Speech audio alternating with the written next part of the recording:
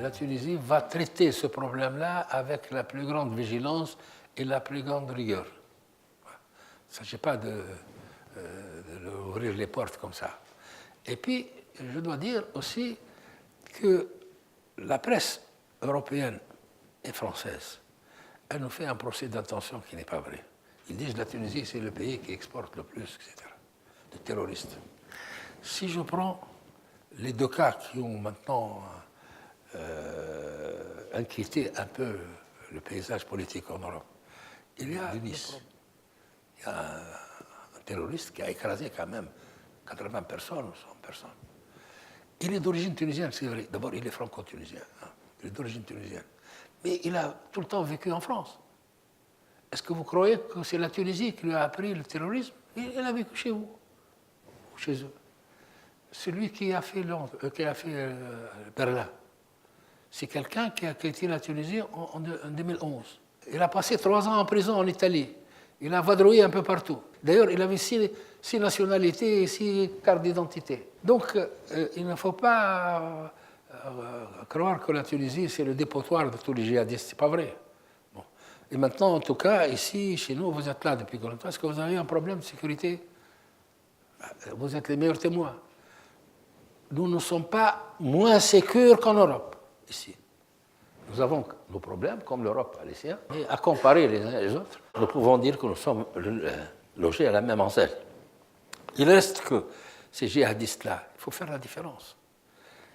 La différence entre musulmans et islamistes. Musulmans, nous le sommes tous. Et si vous étudiez la religion, c'est l'islam, c'est la religion la plus ouverte, la plus tolérante. Vous savez que nous avons ici en Tunisie la colonie juive la plus ancienne du monde. Elle a 2500 ans. Et elle vit avec nous, ils sont des Tunisiens. Si vous faites un saut à Djerba, vous allez les voir. Est-ce que vous allez faire la différence entre un Tunisien musulman et un Tunisien hébraïque? Vous ne faites pas la différence.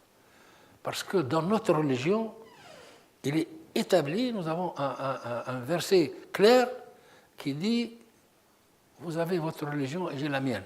C'est-à-dire quoi? C'est-à-dire nous pouvons cohabiter dans le pays, chacun avec sa religion. Nous n'avons pas de problème de ce côté-là. Donc, il ne faut pas faire l'amalgame. Il y a les djihadistes qui sont des islamistes. L'islamisme n'est pas un mouvement religieux, à mon sens. C'est un mouvement politique qui instrumentalise la religion, parce que c'est une chose qui est quand même importante dans notre pays, pour arriver au pouvoir en utilisant la contrainte et la force.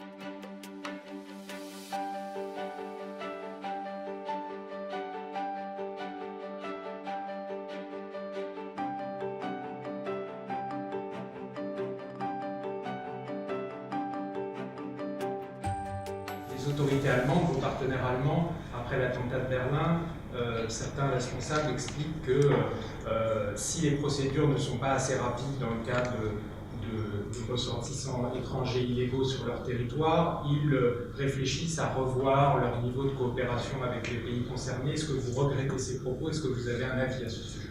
D'abord, ceux qui ont prononcé ces propos ne sont pas des responsables. Pour moi, le seul responsable, c'est la chancelière. J'ai eu des entretiens avec elle, ça n'a rien à voir avec ça. D'ailleurs, elle va venir en Tunisie. Je l'ai annoncé moi-même. Nous avons le président du Conseil qui va aller en Allemagne dans ce trimestre-là, et elle va réciproquer immédiatement après. Et nos relations sont de très bonnes relations, sont peut-être les meilleures, un peu, une des meilleures relations en Europe. Bon. Il faut faire la différence entre les Tunisiens, certains Tunisiens qui vivent en Allemagne ou ailleurs d'une façon irrégulière, et les terroristes. Tous les Tunisiens ne sont pas des terroristes tout de même. Alors pour cela, nous avons un accord avec l'Allemagne nous-mêmes. Ils ont identifié, je crois, 1 millier de Tunisiens qui sont en Allemagne et qui n'auraient pas de titre de séjour. Encore faut-il le vérifier, parce qu'on ne va pas accepter comme ça. Nous avons un accord et nous sommes en train de l'appliquer. Nous avons déjà reçu 84 Tunisiens avec le gouvernement qui est passé avant. Parce que c'est un accord entre le gouvernement et le ministère de l'Intérieur. Et maintenant, cet accord, nous sommes en train de l'appliquer. Nous ne pouvons pas imposer à un pays de garder des Tunisiens qui ne soient pas en règle. Voilà. Donc, mais d'abord, nous devons nous assurer qu'ils sont des Tunisiens. Ce n'est pas toujours le cas. Comme ce dernier cas, il a 6 nationalités, 6 papiers, etc. Ne sont pas ici le dépotoir de toutes les misères du monde, comme disait Rocard. Bon, donc maintenant, nous verrons. Et cet accord avec l'Allemagne, nous allons l'appliquer. Nous allons le respecter. Il faut que l'Europe soit tranquille. La Tunisie, c'est un pays qui assume ses responsabilités. C'est un État moderne. Il applique les conventions internationales, il les respecte. Et si jamais ils ont des cas qui rentrent dans cette catégorie, les Tunisiens ne leur imposent pas leur présence.